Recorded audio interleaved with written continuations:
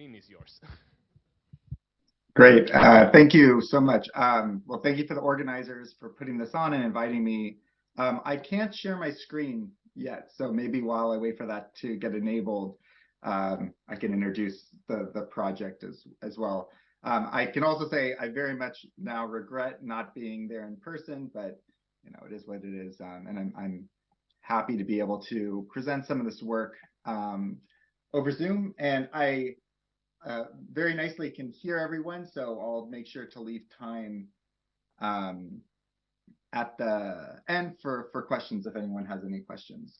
Yeah, so the focus of my group is really aimed at least the kind of tool development side of things, is aimed at developing imaging systems to be able to image like large-scale network dynamics of neural activity, but be able to do this in awake, freely behaving animals. So we're really interested in getting as robust and reliable and informative data out of the brain, but make sure that we're doing this in as natural context, natural behavior as possible. I think, especially within the context of this meeting, I think a good kind of way I see the type of work we do is we really are not ever focused on like pushing the limits of the imaging systems we're building, unless that directly enables a specific type of science we want to do. So our focus is really on thinking holistically about how do we get to be able to answer this next interesting question in neuroscience, and then we build the tools to be able to enable that. And oftentimes, and I'll highlight through my talk, this ends up relying on quite simple optical systems, mainly because we're developing devices that, you know, are on the order of 2 grams or less that can fit on the head of a mouse while they're freely behaving. So I'll give an overview of the project, talk about some of the new types of wearable microscopes we're working on. And if I don't run out of time after that, I'll talk a bit about where I'm most excited about where I see this type of work moving to in the future. All the work I'll be showing here is within what's called the UCLA Miniscope Project. We aim at developing these tools in an open source manner, really to advance the technology and to be able to distribute and disseminate this technology across the global neuroscience community. So this is just an image of a mouse in a little small open field wearing one of our first generation miniscopes. Miniscopes use single photon excitation, in most cases, just wide field illumination. So we are illuminating all the tissue underneath the microscope. We're oftentimes looking at calcium reporters of neural activity. So everything I think I'll be showing in my talk is imaging a GCAMP, so a green fluorescent protein that modulates its fluorescence based on calcium concentration, which is a indirect reporter of underlying neural activity. And so this is a mouse just moving around naturally in this environment. Along with reporting behavior with a behavioral camera. I'm sure it doesn't look great over Zoom, but the top right is just the raw video stream streaming out of our microscope. This here is, we're imaging hippocampal CA1 layer. We're doing tasks looking at place cell dynamics. If you look closely on the top right image, you can see these kind of localized flashes of fluorescence. Under that is a minimally processed version of that video stream. So there's some motion artifacts. This is caused by the brain having consistency of you know, kind of jello. So while the microscopes are very rigidly fixed to the skull of the animal, when an animal is freely behaving, their brain sloshes around on the order of like plus or minus 10 micrometers, roughly the diameter, the same kind of spatial scales of the diameter of a cell. So we have to correct for that. So we do some image stabilization. And then we do, at least for human visualization, some conversion to something like a delta F over F, or a percentage change in fluorescence. So in that bottom right image, we can now more clearly see these localized flashes of fluorescence. Each one of those localized fluorescent areas is a single cell body. And here we can simultaneously record across, in a mouse in a good surgery, somewhere like on the order of 500 active neurons in a 10 to 20 minute session. We can simultaneously record the activity from each of those cell bodies. And we can come back day after day and see the same cell population to do longitudinal recordings.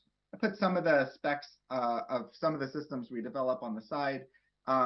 Importantly, we're really focused, and we want to do our own science, but we really want to enable anyone in the world, even if they've never touched a microscope, never built anything, never handled optics or soldering, to feel confident that they can build systems themselves. And one really important part of that is making sure we develop open source tools that don't have economic hurdles for the most part in the way. So the kind of standard miniscopes that we develop and then other people sell and disseminate, we make sure that there's avenues to be able to get, labs up and running with a full system for under $2,000 or so, and in some cases a lot cheaper. Just to highlight, at least for the data I'll be showing, where we're usually imaging the CA1 layer in hippocampus, the workflow in terms of getting neurons to fluoresce in these cases oftentimes involve doing a viral injection of some sort of calcium reporter like GCamp targeted to the brain region you want to image. These systems can image superficially somewhere in cortex by just doing a craniotomy, opening up the skull, putting in a cranial window and imaging through it. But we also can gain optical access to almost any deeper brain structure by implanting a special type of lens called a gradient index of refraction lens, or GRIN lens. These are cylindrical lenses that range from kind of a 0.5 millimeter in diameter up to 2 millimeters in diameter. And you can place those down to very deep structures. In this case, we aspirate cortex and set it right above the CA1 layer. And then we come back and cement both the lens and this aluminum base plate. And that's all that's attached to the animal. And when we want to image, the microscopes snap into the base plate. They get registered in X, Y, and Z relative to the base plate. And then we image. When you're done, the microscope comes off, and you can come back day after day and image the same population.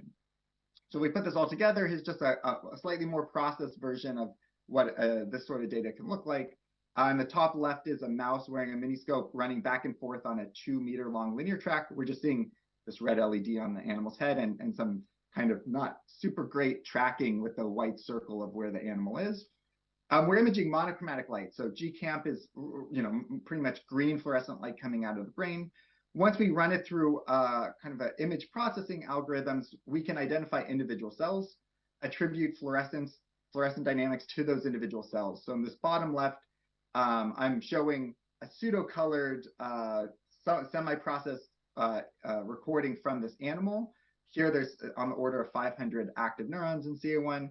And on the left, I'm just showing an example 50 time traces of the calcium or fluorescent dynamics from some of these cells, right? So we get behavior, we get a simultaneous recording across a bunch of cells, and then we can do this day after day. As a broader overview of the project, so we work on developing a lot of hardware. Whenever possible, we work on developing it really from the ground up. So this, in whatever system we're building, usually involves some sort of head-mounted microscope. We usually aim to make systems that are compatible with mice, so on the order of 2 to 3 grams, and then I'll show some systems for larger animals as well. Then there's some off-board acquisition hardware, usually something custom that we've designed. And in our wired systems, those connect all through a single thin, flexible coaxial cable. So we're able to send power, kind of low bandwidth, bidirectional communication to configure the system, how much excitation power to use, what sort of, where the focal plane is and stuff. And then high bandwidth imaging and neural data off the animal's head. It turns out that this is if you're interested in doing freely behaving animal stuff, what seems to be the most critical component of getting natural, consistent behavior out of animals isn't the weight of the hardware on the animal's head, but it really is the flexibility of the cabling that's coming off the animal's head. And so we put a lot of work into being able to pack all of the power and communication and data into a cable that the standard one is just 1 millimeter in diameter, made out of very flexible silicone insulation. And our systems can operate on cables down to 1/3 of a millimeter. So in that case, it's effectively like dental floss coming off the animal's head. And anyways, that connects to a computer running our open source software, which I'll show in a second, or other third-party software over USB. And then because these are going to be done with freely behaving animals for the most part, they also interface and synchronize with other external behavioral equipment like a behavioral camera. Just important to us as building these tools is to really make sure that there are open source resources out there to enable any person in the world to feel confident that they can build and use these systems themselves. So through miniscope.org, which is our website, and GitHub repositories and wikis, we have a bunch of resources. Most people are users. They want to get up and running with the system and then do their own science. But there's also a lot of developers that we want to enable and give them a starting off point to accelerate new innovation in this field. So we provide things like tutorials, guidelines. We have multi-day workshops now recorded and posted online. We also try to do in-person workshops a couple times a year, which has been slowed down due to COVID, but we're hoping to start those up again. And again, we also openly provide all of our work in terms of source codes and 3D design files and circuit schematics for people. We're not the only people in this space. There's over the last decade, which is this kind of initially really took off from the initial work done in Mark Schnitzer's lab, developing really the first well-known single photon excitation miniature microscope. And then since then, there's been a lot of groups working on these. There's a few commercial optics options from Mark's lab. They have a startup called Enscopics. There's also a commercial system from Doric and maybe a few others. And almost everything else here, in one way or another, is developed by academic labs and is open source, which is really exciting. I underlined and bolded a few of the systems that we have released in the past. And just to highlight the importance of doing open science and trying to build tools that are well documented and open source is in green are systems mostly not from our lab that have built on top of some or a lot of the work that we've done in our group to open source things. And so this highlights just how much additional innovation and time saved and potentially money saved goes into labs developing things that then other groups can very quickly build off on top of, which is really exciting. Okay, so now I'll talk about a few, kind of the generation of these microscopes that are currently open sourced, as well as things we're working on now. So if a lab wanted to start with a miniscope tomorrow, they would probably be starting with what we call the version 4 UCLA Miniscope, or the V4 Miniscope. 4 or 5 years back, we realized that kind of the standard design of these miniature microscopes that we were developing, as well as other groups were developing, and that are like common across all the commercial systems, really were reaching some fundamental limitations that we needed to address. So our version 4 Miniscope was really aimed at kind of building things from the ground up again, and identifying a bunch of limitations that we could address. So this system, smaller and lighter than anything we've built in the past. It's about 2 centimeters tall, 2.5 grams in weight. And the system, most importantly, I think, incorporates a lot of like just quality of light features. Doing neuroscience, especially with like awake behaving animals, is ridiculously hard to do to begin with. The amount of time and effort and money that goes into getting an experiment up and running, that gets invested into each animal being used, is, especially for the researcher doing it, is very precious. So we really wanted to build systems that really understand that and make it the case that that time and effort never goes wasted. So this system is extremely robust and reliable. It has by far the largest field of view for single photon, single cell imaging in awake animals. The standard system has a 1 millimeter diameter field of view, but that can be pushed up further. There's things like electrowetting lens inside the system that allows us to adjust the focus up and down in the brain while the animal is behaving to find the optimal focal plane.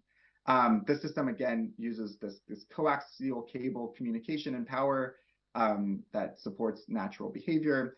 And we've really gone, I hope, out of our way to make it even easier for labs to incorporate into their own work. So through companies that, well, we don't sell anything, we develop stuff, but then we work with open source distributors. So places like OpenETH's production site sell assembly kits that they can, go out and source large quantities of all these components, put them in a kit, and then we have guides to build for labs to build these themselves. But you can also order pre-assembled systems from them as well. If we look at a cross section of the system, it really is kind of a standard fluorescent microscope. Just everything is smaller, and any place that we could have thrown something away to make the system lighter and smaller, we did. So we have an onboard, very bright blue excitation LED in the case for imaging GCamp. That LED goes through bandpass filter to narrow its spectrum, reflected off a dichroic, and then goes through some optics and illuminates the tissue underneath the microscope.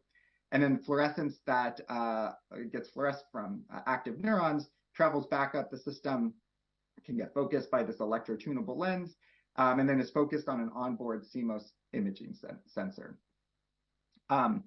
This is an example of deeper imaging with this version 4 Miniscope. This is just a raw recording from medial prefrontal cortex done by Pingping Zhao from Peiman Guoshani's lab. A little bit of minimal processing highlights where the cells are. There's something like 800 or 900 active neurons in this short recording. One slightly unexpected feature of some of the tools we had been developing over the last couple years is we were able to go to newer generation image sensors. We were able to redesign the optical paths to make the entire system more optically efficient. And this has resulted in our ability to, with these head-mounted small microscopes, be able to image for much longer before we start to see significant effects of photobleaching, right? So just by the amount of light you're pumping into the brain, fluorescent proteins will slowly degrade and end up resulting in photobleaching, which makes it so you can't recover the dynamics of the signal. So this is one of our first attempts. This is a 9-hour recording, super sped up, of an animal just exploring this open field. This is a heat map of their behavior. And we get, from our first attempts, something, depends how you want to measure it, but something like 7 or 8% photobleaching. So over the 9 hours, a decrease in fluorescence of about 7 or 8%. This is showed in red and blue by depending on how you want to measure it. In the gray is just the behavior of the animal. The animal is awake for the first few hours and then slept in bouts over the last few hours. And if we just take kind of a small window of 15 minutes at the beginning and the end of recording and look at a subset of these cells, we get really nice neural dynamics throughout this recording. We're now, with some additional optimization, can consistently do 24-hour continuous recordings, and we're pushing towards uninterrupted, months-long fluorescent recordings, which, if I have time, I'll hit right at the end of the talk. I mentioned that the tethering that comes off the animal's head, minimizing that ends up being really critical to getting natural behavior. And in a lot of cases, there might be behaviors that a cable is just not compatible with, right? So animals that are in very large environments or environments that are in 3 dimensions or doing social interaction environments where you have multiple animals that you're imaging from, you don't want cables to get tangled up. I don't know why that popped up. So we also developed what we call wire-free miniscopes. These are built off the same sort of optical system, but all the electronics have been redesigned so that they're battery powered and log data onto a micro SD card. We're just finishing up what's shown on the left, which we call, oh, it's just going forward, which is under 4 grams, including a battery that enables 20 minutes of recording. And so this lets you get completely wire-free recordings from animals down to the size of a mouse, which is really important. And we have some data suggesting that there even is some pretty simple social tasks that the animals will not do with a lighter microscope that has a tether, but are happy to do with a slightly heavier microscope that has no tether. We also, maybe for the sake of time I'll skip, but we also have building systems that have 2-color excitation to do 2-color sequential imaging, or imaging of dynamics along with optogenetic activation of the neural population underneath the microscope, as well as building some systems that integrate electrophysiology alongside the imaging. Again, critically important is to minimizing the cabling. So in these systems, we pack in the power and ePhys data into the same single coax cable that carries all the power and data for the imaging system. Okay, so like a project or two that we're working on now, one of the most exciting ones for me is what we call the spatial temporal illumination microscope, which we recently got funded for and have really started developing. The idea here is that we can only go so far when we do this wide field single photon illumination and imaging. So this system takes the optics of a standard miniscope, and instead of just using an LED that sort of gets defocused through the optics, instead we replace that with a spatial light modulator, either an LCOS or, and actually in most of the cases that we'll end up being developing, a DMD chip, basically a miniature projection system that can fit on the head of the animal. So as a kind of a cross-sectional optical path, we illuminate a spatial light modulator, which can produce a spatial illumination pattern that then gets projected through the optics of the microscope into the animal's head. So now we can, on frame to frame, produce an excitation pattern in the animal's brain that's coplanar with the plane we image, and then fluorescence from that plane gets collected from the image sensor. This is one of our first prototypes on kind of a hacky tabletop setup through miniature optics. This is just a brain slice that we're projecting this cross pattern rotating around as we're imaging. I'll skip over this, but like it turns out we can make a system that's on the order of 3 grams that gives us quite nice resolution, definitely down to single cell illumination and imaging when you're imaging through about 100 to 150 micrometers of tissue. So there's just some examples of what we can do, but I'll skip over that. And then we validated some initial setups in a head fixed preparation of a mouse. This is imaging on the top. Oh, kind of got stuck. Yeah, this one crashes my computer apparently. Anyways, we did a comparison in the same animal, in the same imaging system. I don't know why this froze. Let me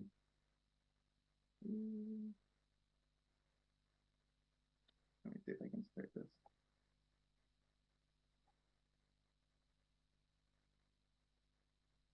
And anyways, even with very straightforward, just like building an illumination mask,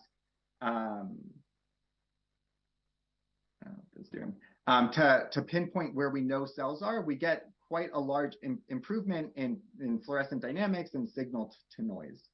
I'm getting close to ending time and my slides are not working anyway. So with just the last minute, I don't know why this is happening. Let's just turn this off. Okay. Just want to thank people. But okay, so while I'm starting this up again.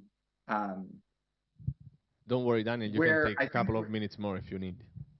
Okay, there we go. I forgot, for some reason, this one slide in presenter mode in PowerPoint decides to crash my computer. All right, so we have other projects. We have things like focusing on imaging in larger animals. This was recently open sourced. It's on GitHub. Building a microscope with single cell resolution for kind of rats and larger animals that give us thousands of neurons simultaneously. And that's all on GitHub, but I would like to, I'll end here, but I'll mention where I would like to see this sort of work going. So somewhat unintentional by us, we've been focusing on realizing that like if you just develop neural imaging tools, especially for the types of research we're interested in and the types of research we know others are using these tools with, the microscope itself is a very, very small part of being able to do an entire experiment. So we've developed, and they're open source and sold on some companies' websites, we developed like just kind of very capable, easy to use behavioral cameras, we call a mini cam, to easily incorporate behavioral recordings with miniscope recordings. We've also worked a lot in pushing what the capabilities are of our acquisition software to enable real-time, time trace display, real-time delta F over F conversion. We now can embed Deep Lab Cut Live into our software, and you can get real-time machine learning pose estimation synchronized with the recording. And in collaboration with Denise Kai's lab, Denise is now at Mount Sinai, we've worked with them to develop Minion, which is an open source processing and analysis pipeline for calcium imaging, specifically focused on miniscope work. So there's a lot of aspects of being able to successfully do these experiments, and I think all of them are important. Additionally, it's been very clear to us that we've just naturally moved in the direction of trying to get rid of the tethering to the animal as much as possible. So almost everything we're doing in lab is now moving towards fully wireless microscopes, which I have some stuff that it's very new work, but effectively systems that don't need to be battery powered and don't need to have some sort of data storage on board the device, but that can be put in environments that transmit power wirelessly. We're working on some systems that potentially can transmit power on the scale of about 2 meters, which could result in some really interesting types of experiments. And then be able to transmit the data in real time off multiple devices simultaneously wireless. So that, along with building systems that have very little photo bleaching, to the point that we are almost at the point where the rate of photo bleaching is able to match the turnover rate of the production of GCAM, leading to the ability to image uninterrupted for months on end. And so you can imagine combining all of those in a way that we potentially can chronically implant animals to continuously record across the life of the animal in large enough, complex enough environments where we can start looking at neural dynamics and behavior in animals that actually are doing things that animals do. And so we have a couple of years ahead of us until we can actually get to that point, but that's really, I think, the focus of most of what my group is doing now. And with that, I'll stop. I'll just thank everyone in the lab. The Miniscope project really started almost a decade ago when I started there as a postdoc across Payman Alcino and Baljeet Cox's group. And all of this was really developed between me and two other postdocs that were there at the time, Denise Kai and Tristan Schumann. We all still work very closely together, all working on aspects of the Miniscope project as well as other neuroscience projects. Thank the NIH and NSF for funding. And I'll also just say that we are very much recruiting